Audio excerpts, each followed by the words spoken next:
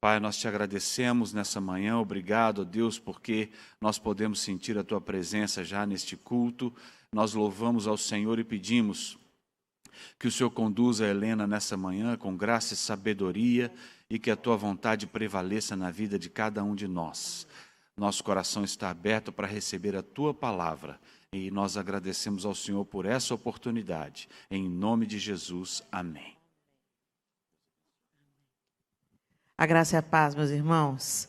Que alegria poder estar com vocês mais uma vez. E nós vivemos esses 2 últimos dias recebendo tanto do Senhor e queremos que Ele quer continuar falando conosco nessa manhã. Abra sua Bíblia comigo em Jó, capítulo 1.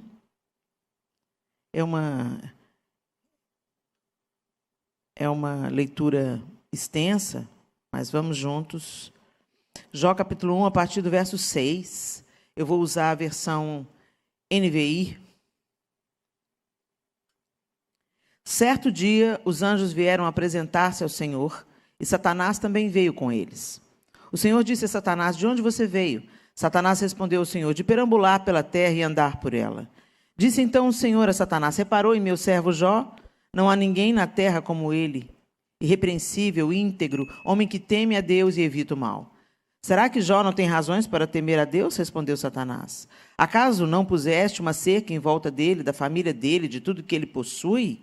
Tu mesmo tens abençoado tudo que ele faz, de modo que os seus rebanhos estão espalhados por toda a terra?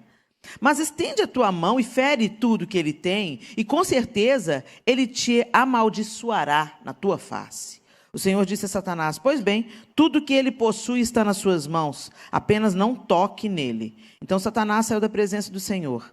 Certo dia, quando os filhos e as filhas de Jó estavam num banquete, comendo e bebendo vinho na casa do irmão mais velho, um mensageiro veio dizer a Jó: os bois estavam arando e os jumentos estavam pastando por perto, quando os sabeus os atacaram e os levaram embora. Mataram a espada os empregados, e eu fui o único que escapou para lhe contar. Enquanto ele ainda estava falando, chegou outro mensageiro e disse: fogo de Deus caiu do céu e queimou totalmente as ovelhas e os empregados, e eu fui o único que escapou para contar a você. Enquanto ele ainda estava falando, chegou outro mensageiro e disse: vieram caldeus em 3 bandos, atacaram os camelos e os levaram embora. Mataram a espada os empregados, e eu fui o único que escapou para contar a você. Enquanto ele ainda estava falando, chegou ainda outro mensageiro e disse: seus filhos e suas filhas estavam num banquete, comendo e bebendo vinho na casa do irmão mais velho, quando de repente um vento muito forte veio do deserto e atingiu os 4 cantos da casa, que desabou. Eles morreram, e eu fui o único que escapou para contar a você.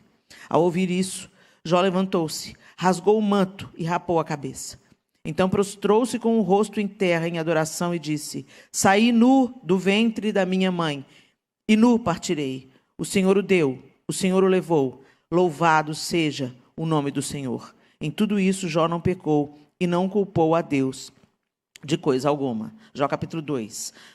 No outro dia, os anjos vieram apresentar-se ao Senhor e Satanás também veio com eles para apresentar-se. O Senhor perguntou a Satanás: de onde você veio? Satanás respondeu ao Senhor: de perambular pela terra e andar por ela. Disse então o Senhor a Satanás: reparou em meu servo Jó? Não há ninguém na terra como ele, irrepreensível, íntegro, homem que teme a Deus e evita o mal. Ele se mantém íntegro, apesar de você me haver instigado contra ele para arruiná-lo sem motivo.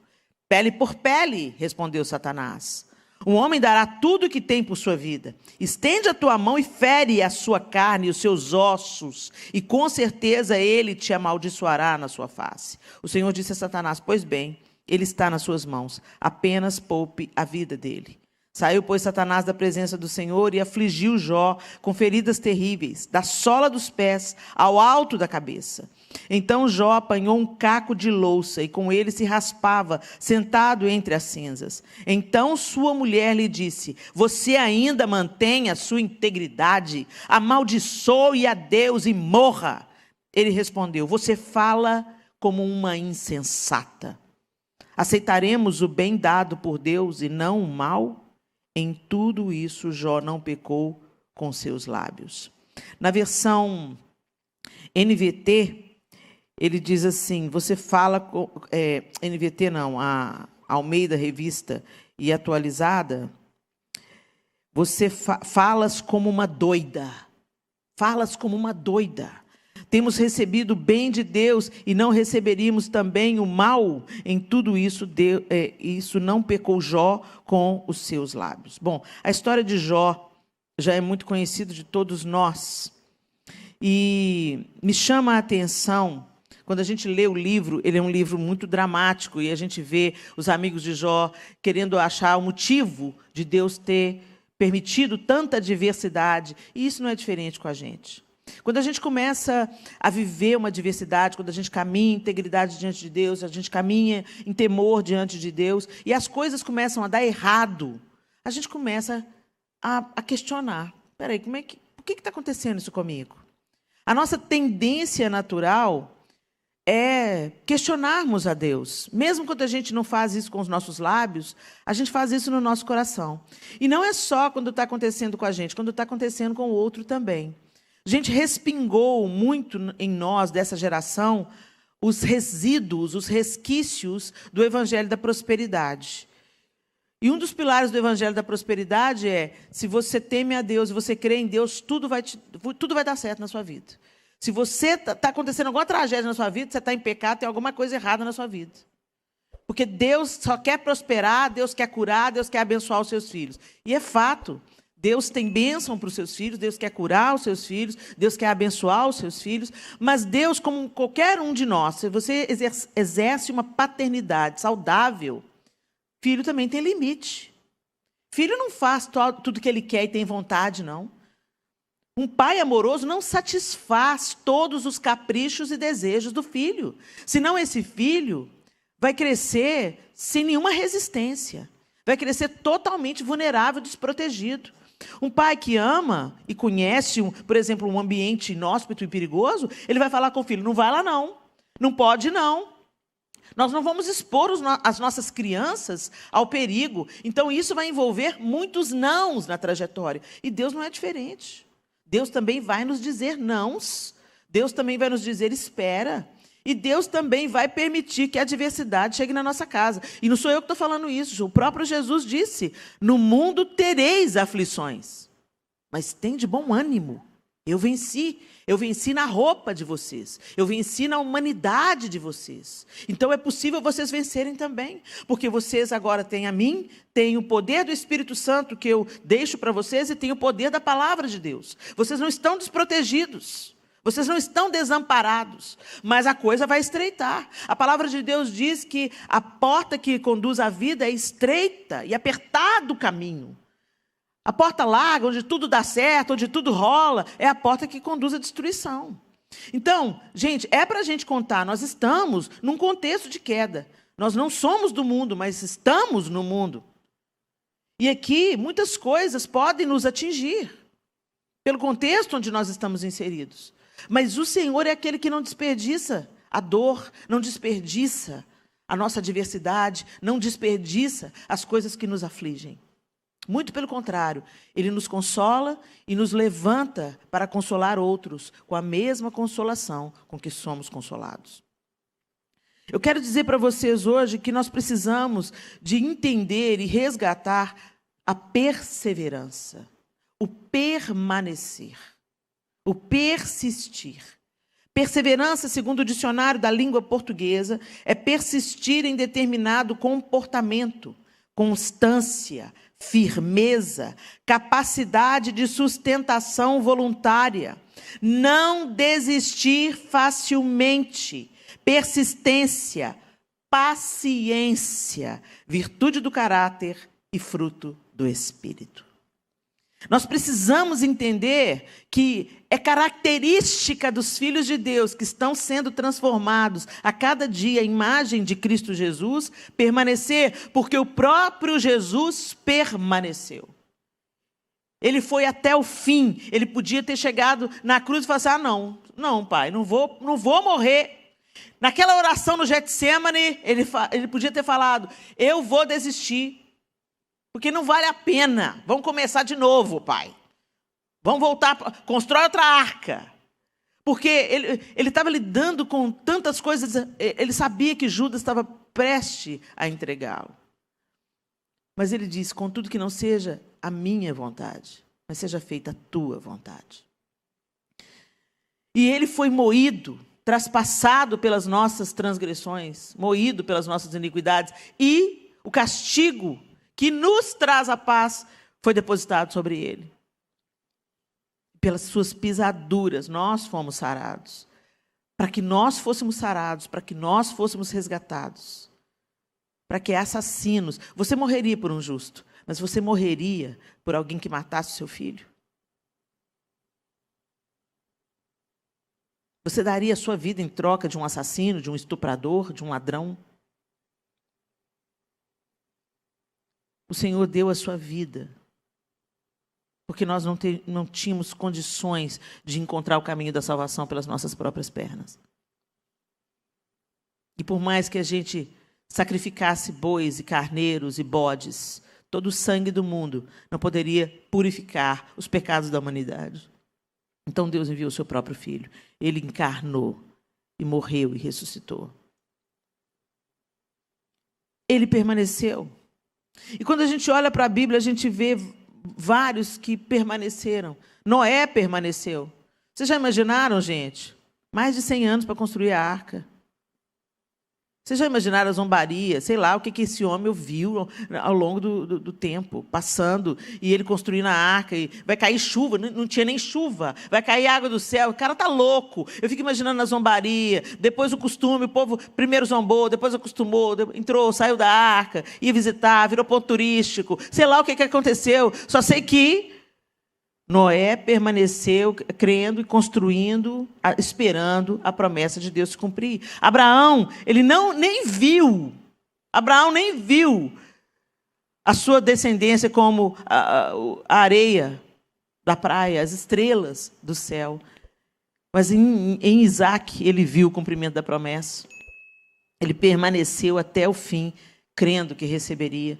Moisés tira o povo do Egito, leva o povo para Canaã, chega para entrar na terra, não entra porque o povo não creu, então fica rodando 40 anos, esperando aquela geração de 20 anos para cima morrer, para eles poderem entrarem na terra. E Moisés não entra.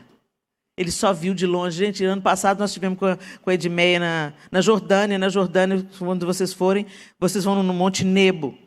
E o Monte Nebo é de onde Moisés avista Canaã. E literalmente no ano passado a gente avistou Israel, porque a gente não pôde entrar, estava fechado por causa da pandemia.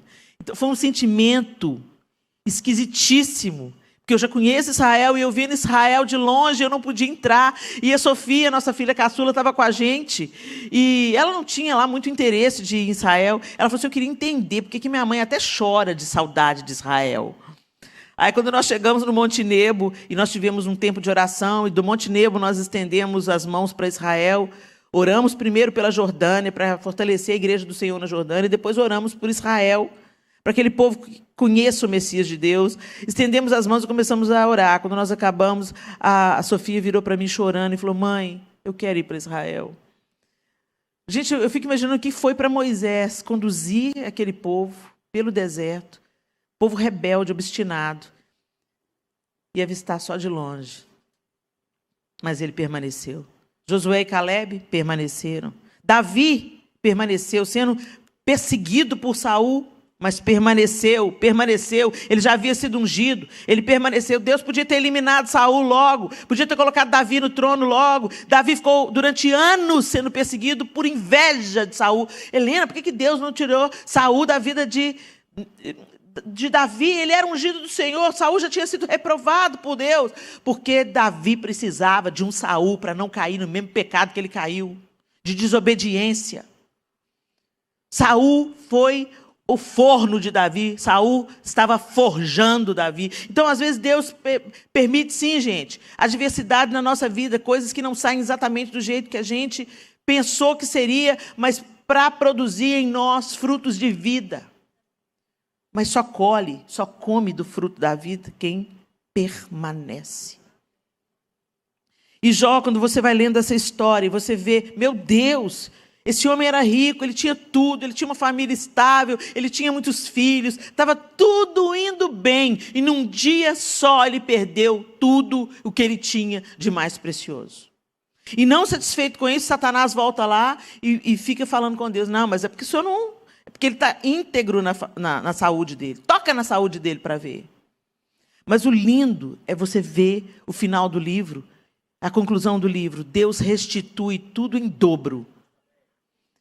E o mais lindo não é ele ter restituído tudo em dobro. O mais lindo do livro de Jó é Jó falava: Senhor, antes eu te conhecia de ouvir falar, mas agora os meus olhos te veem. Agora eu posso dizer que eu te conheço. Se eu já te amava antes, eu agora te amo mais. Será que nós vamos permanecer ou não? Hoje, o mote dessa geração é: a fila anda. Está te dando trabalho? Não está feliz? Não está feliz? Sai disso, porque Deus não quer te ver infeliz. Gente, de onde que nós tiramos essa ideia? Deus quer que você seja fiel. Deus quer que você permaneça. Porque Ele sabe que a verdadeira alegria vem como um fruto. Vem como um fruto. E a gente está fazendo da alegria e da felicidade um meio. Ela não é um meio, ela é uma consequência. E por isso a gente descarta casamentos, coloca amigos na geladeira, descarta igreja como igreja fosse supermercado. Igreja não é supermercado não, meu amado. Você não vem aqui só para receber, não. Você vem aqui para participar de um corpo, um organismo vivo que trabalha na transformação de uma comunidade onde ela está inserida e de outras que ela pode influenciar, como da irmã Salete. Então a igreja é um organismo vivo e ela precisa de cada um de nós. Essa história, sabe? Eu vou lá porque lá tem uma banda legal. Eu vou lá porque o louvor é do jeito que eu gosto. Eu vou lá porque a palavra não bate muito, entendeu? O pastor é o pastor coaching. Ele alisa os meus pecados e ele encoraja. E ele já falou comigo que eu mereço ser feliz. E eu vou ser feliz mesmo. Gente, isso está gerando 2 vezes mais filhos do diabo. Recentemente a gente teve uma história lá no Brasil, em uma atriz famosa, que recebeu esse evangelho meia boca. Jesus te ama e Ele quer te ver feliz. Conta a história toda. Não conta a história metade, não. Jesus te ama sim. E porque Ele te ama, Ele vai te levar para uma vida que vai além do seu umbigo. E Ele vai te tornar uma testemunha dEle na terra. E você tem que entender que você não merecia nada. Você só está vivo por causa dEle. Você só respira por causa dEle. Tudo que você tem na vida é pela graça e misericórdia dEle. Você acordou hoje? É graças a Ele. Ele é o Rei e nós prestaremos contas a Ele. Não apenas o que a gente fez com a graça que recebemos, mas o que nós estamos fazendo pelo próximo que precisa de ser amado. Ser cuidado. O amor também fala não, o amor também dá limite, o amor também corrige. A palavra de Deus diz que Ele corrige o filho a quem Ele ama e açoita a todo aquele que Ele quer bem. Porque a nossa natureza humana é obstinada, é rebelde, é mimada, é utilitarista. A gente quer se utilizar até de Deus. E o Senhor amoroso, um Pai pleno e perfeito, nos toma pela mão e às vezes é preciso Ele caminhar conosco até o vale. E lá no vale, Ele vai nos forjar. Eu tenho as minhas lutas como você tem as suas. Mas as minhas lutas estão trazendo sobre mim peso de glória. Porque eu estou sendo forjada na fornalha. O ferro, para ele ganhar forma e utilidade, ele vai na fornalha, esquenta, esquenta, esquenta, esquenta, esquenta. Vai na bigorna. Bate, bate, bate, bate, bate, depois refrigério. Com a gente não é muito diferente, não, gente. Deus leva a gente nas situações extremas para nos amolecer. Já conheceu alguém de coração duro, que é uma adversidade amoleceu? Eu conheço. Eu conheço. Amolece. Depois que amolece, se torna moldável. Deus pode te moldar na bigorna. Mas Ele também tem refrigério para os seus filhos. E aí você vai estar pronto para ser uma ferramenta útil nas mãos do Senhor. Lá em Tiago 1, 2 e 4 diz assim: meus irmãos, tende por motivo de toda alegria o passar por várias provações, sabendo que a provação da vossa fé, uma vez confirmada, produz perseverança. Ora, a perseverança deve ter ação completa, para que sejais perfeitos e íntegros, em nada deficientes. É isso que o Senhor quer fazer, nos aperfeiçoar. Em Gálatas 6:9, ele diz, o apóstolo Paulo diz à igreja na Galácia: e não nos cansemos de fazer o bem, porque a seu tempo ceifaremos, se não desfalecermos. Alegria como uma consequência. Em Romanos 5:3-4 diz assim: não somente isso, mas também nos gloriamos nas próprias tribulações, sabendo que a tribulação produz perseverança, e a perseverança, experiência, e a experiência, esperança. Provérbios 28:14 diz assim: como é feliz o homem constante no temor do Senhor, mas quem endurece o coração cairá na desgraça. Como é feliz o homem constante no temor do Senhor. A felicidade, a alegria, o contentamento, a plenitude, ela vem como uma consequência, ela vem como um fruto. A felicidade bíblica, a palavra traduzida, bem-aventurança, ela traduzida para o português, ela se esvaziou. Feliz. E a gente pensa em felicidade como um estado emocional e mental favorável. Mas a bem-aventurança, ela tem um sentido amplificado no original. No original, ela significa ser feliz, ser bem-aventurado é atingir os seus fins, cumprir o seu propósito e florescer. Percebe que o florescer vem depois? O melhor vinho fica para o final. Tem uma jornada. Tem uma jornada. E nessa jornada tem dificuldades, nessa jornada tem empecilhos, nessa jornada tem desafios, nessa jornada tem perdão para ser liberado, nessa jornada tem que dar a túnica e também a capa, nessa jornada tem que andar a segunda milha, nessa jornada de semeadura para ter colheita. E essa semeadura, gente, é perseverança. Quantas vezes a gente já viu os casos clássicos? Os casamentos começam com crise, atravessam uma crise, aí fala, não, a gente quer ser feliz, cada um vai para um lado, constroem outras famílias, esses meninos crescem totalmente desestruturados, sentindo a ausência paterna, sentindo a distância da mãe, dependendo da história, e aí quando comem o pão que o diabo amassou literalmente, porque não quiseram perseverar na sua trincheira de batalha, abandonaram o posto, saíram fora, porque querem se sentir felizes. Aí o tempo passa, tantas consequências foram geradas. 2 famílias destruídas, filhos à deriva. Aí a velhice chega, para você ouvir falando, eu me arrependi de ter.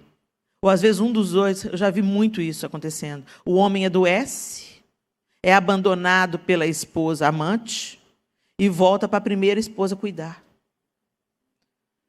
O casamento está ruim, gente? Conserta. Não abandona, não. Não abandona o barco, não. Você fez uma aliança diante de Deus. Você fez uma aliança diante de Deus. Não é cerimoniazinha bonitinha, com vestidinho bonitinho, não, gente. Você fez um propósito diante de Deus. É na alegria, e na tristeza, na saúde e na doença. Honra os seus votos. Pede ajuda, chama terapeuta. Chama o pastor, faz alguma coisa. Um dia vocês resolveram casar. Alguma coisa de boa deve ter aí nesse caboclo. Redescobre. Alguma coisa boa deve ter nessa mulher. Você levou ela no altar. Redescobre, reapaixone-se, constrói de novo, deixa Deus reconstruir. Permaneça, persevera, porque você vai colher. Eu nunca passei uma crise grave com o João no casamento, com a graça e pela misericórdia de Deus, não porque a gente é bonzinho, porque só Jesus na causa tinha que me dar um homem manso, porque eu sou uma mulher difícil. Glória a Deus, ele tem a maior virtude do mestre, manso e humilde de coração. Por isso que ele é descanso, ele tem descanso. Ele encontrou descanso na vida. Mas em nenhum momento nós pensamos em desistir. Não tem essa opção. Então, casamento é, às vezes, ter conversas difíceis, buscar ajuda, reconstruir. Agora, nós nunca passamos por isso, mas eu posso dizer que com 32 anos de casados, eu nunca fui tão feliz nos 10 primeiros anos, 15 primeiros anos, não. Agora eu estou experimentando o melhor vinho. Mas ele principalmente, teve que aguentar muito. Teve que permanecer, né? Firmar o toco, como diz lá em Verão. Firma o toco. Não arreda o pé. Permaneça orando pelos seus filhos que se desviaram. Não abra mão deles. Eles podem fugir da sua casa. Eles podem fugir até do seu abraço, mas eles não têm defesa contra as suas orações. Continue dobrando. Gerou com o útero, agora gera nos joelhos. Não desista até ver a obra transformadora de Deus na vida desses meninos. Senhor, convence da justiça, do pecado e do juízo. Para de falar. O que você tinha que falar, você já falou. Agora é tempo de falar com aquele que pode convencer da justiça, do pecado, do juízo. Não abra mão dos seus filhos. Tem gente que fala assim, entreguei para Deus. Mas não ora, não ama, não abençoa, não acolhe quando precisa. Entreguei para Deus. Toma a sua posição. Não abra mão. O serviço está difícil, o trabalho está difícil. A gente tem que querer crescer, gente. Está difícil, você pode migrar para um trabalho melhor. Não tem nada de mal nisso. Mas deixa a porta aberta. Sai bonito, termina bonito os seus ciclos. Honra de onde você tira o pão para a sua casa. Honra. Para de amaldiçoar o seu salário. Permaneça abençoando. O tempo que você tiver que trabalhar nesse lugar que você está trabalhando, mesmo que você esteja procurando expandir, melhorar, crescer, honra aquelas pessoas. E permaneça sendo fiel até o fim. Nas amizades, na igreja onde vocês frequentam. Nem todos são daqui da Betel. Honre a sua liderança. E se Deus te dirigir para uma nova etapa, para um outro ciclo, para viver em outra comunidade de fé, não tem nada de errado. Você não pode afastar de Jesus. Mas se Deus está te dando a direção de ir para outro lugar, até na sua despedida, honre quem cuidou de você na sua casa de origem. Honra a sua liderança. Mas eu não concordo com a minha igreja. Tem um tanto de coisa na minha que eu não concordo também, não. Mas eu coopero com o que eu posso. Onde tem muita gente, tem muitas ideias. E o pastor tem que gerir uma multidão de ideias. Não é fácil. Mas é nessa diferença que nós somos aperfeiçoados. Permaneça. Feche os seus olhos. O que você está querendo desistir? O que você está querendo abandonar? Em nome de Jesus, meu irmão, eu quero te encorajar. Permaneça fiel. Permaneça firme. O propósito do Senhor é nos conduzir em perseverança. Noé permaneceu, Abraão permaneceu, Moisés permaneceu, Davi permaneceu, Jesus permaneceu. E nós permanecemos crendo na vinda do Senhor e na restauração de todas as coisas. Permaneça. Não desista, não abra mão, não abandone.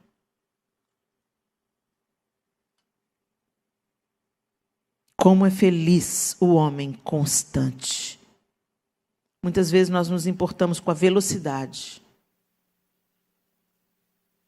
A velocidade pode ser uma destruição se você está correndo na direção errada.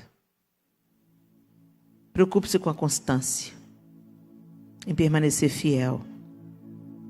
Porque feliz é o homem constante no temor do Senhor.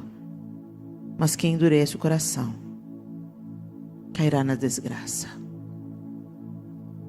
Senhor, nós não queremos endurecer o nosso coração.